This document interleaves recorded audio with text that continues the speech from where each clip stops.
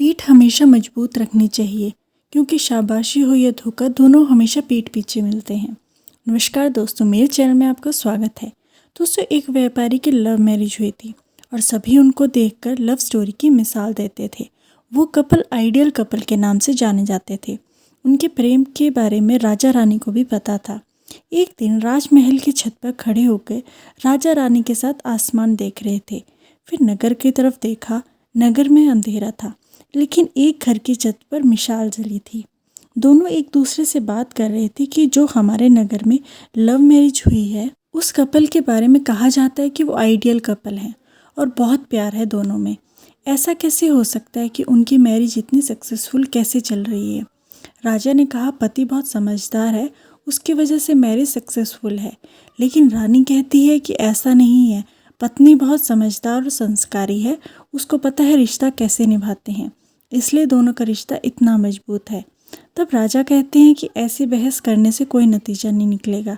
एक काम करते हैं, हम एक परीक्षा लेते हैं, एक व्यापारी की भी और पत्नी की भी परीक्षा लेंगे और पता करेंगे कि दोनों में प्यार है कि नहीं है। राजा रानी ने मिलकर एक प्लान बनाया। रानी ने अपनी दासी को व्यापारी के पास भेजा एक संदेश लेकर और दासी व्यापारी के पास गई और दासी ने व्यापारी से कहा कि रानी साहिबा ने संदेश भेजा है और कहा है कि अगर आप अपनी पत्नी की हत्या कर दें तो वो आपसे शादी कर लेंगी।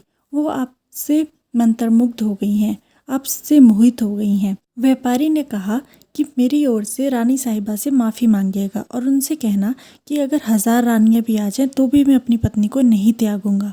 और दासी संदेश लेकर वापस रानी के पास आ गई। अब राजा की बारी थी। अब टेस्ट व्यापारी की पत्नी का होना था। राजा ने एक नौकर को संदेश लेकर भेजा और नौकर ने व्यापारी की पत्नी से कहा कि राजा साहब ने संदेश भेजा है कि अगर आप अपने पति की हत्या कर देंगी तो राजा साहब आपसे विवाह कर लेंगे और आपको हमारे राज्य की रानी घोषित कर देंगे। व्यापारी की पत्नी ने कहा कि आज रात 2 से 3 के बीच हमारे घर की छत पर जो मिसाल जलती है, अगर वो बुझ जाए तो समझ लेना कि मैंने अपनी पत्नी के पति की हत्या कर दी है। मैं राजा साहब का प्रस्ताव स्वीकार करती हूँ। नौकर संदेश लेकर राजा के पास वापस जाता है और राजा को बताता है कि व्यापारी की पत्नी ने प्रस्ताव स्वीकार कर लिया है और आज रात 2 से 3 के बीच वो अपने पति की हत्या कर देगी। राजा ने अपने सैनिकों से कहा कि हमें रात को 2 से 3 के बीच तैयार रहना है। जैसे ही वो मिसाल बुझेगी हमें व्यापारी को बचाना है, उसकी जान बचानी है। सबने कहा ठीक है।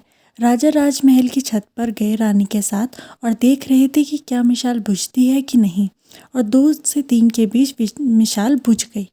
वैसा ही चल रहा था जैसे रोज चलता था। व्यापारी जब वापस आया दुकान से, उसने खाना खाया, सोने गया, लेकिन व्यापारी की पत्नी ने एक फांसी का फंदा तैयार किया था और 2 से 3 के बीच अपने पति को फांसी दे दी।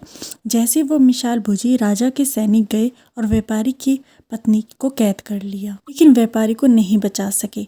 राजा को रात को नींद नहीं आ रही थी, उसको गुस्सा आ रहा था, उसको नारी से नफरत हो गई थी और सुबह अपने मंत्री से कहा कि मैं शिकार करने जंगल में जा रहा हूँ, जब मैं वापस आऊँगा शाम तक, तब तक नगर की सभी महिलाओं को फांसी दे देना और सभी के गला कटवा देना।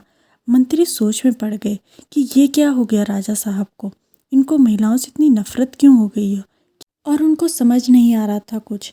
मंत्री अपने पिताजी के पास गए जो कि महल में पहले मंत्री रह चुके थे। उनको सब बताया।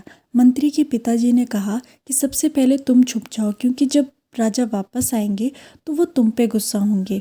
मैं राजा से बात कर लूँगा। शाम को जब राजा वापस आए और देखा कि राजमहल में महिलाएं वैसे ही घूम रही हैं, राजा को गुस्सा आ गया और मंत्री को ढूंढा, लेकिन मंत्री राजमहल में नहीं थे तो उनके घर गए। वहाँ मंत्री के पिताजी थे। मंत्री के पिताजी ने राजा को प्रणाम किया और कहा कि राजा कैसे आना हुआ।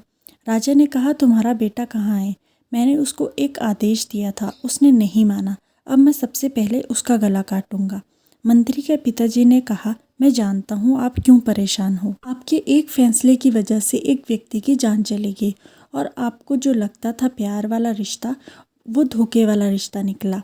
आप उस धोखे से परेशान हैं, लेकिन मैं आपके पिताजी के राजपाट के समय से मंत्री हूँ, तो मैं आपको एक छोटी सी कहानी सुनाऊंगा, उसके बाद आप अपना फैसला ले लेना। मंत्री के पिताजी ने कहानी सुनाना शुरू करी। राजा साहब, एक बार मैं आपके पिताजी के साथ शिकार पर गया, लेकिन हम रास्ते में रास्ता भटक गए और तभी आपके पिताजी ने देखा एक योद्धा घोड़े पे आया।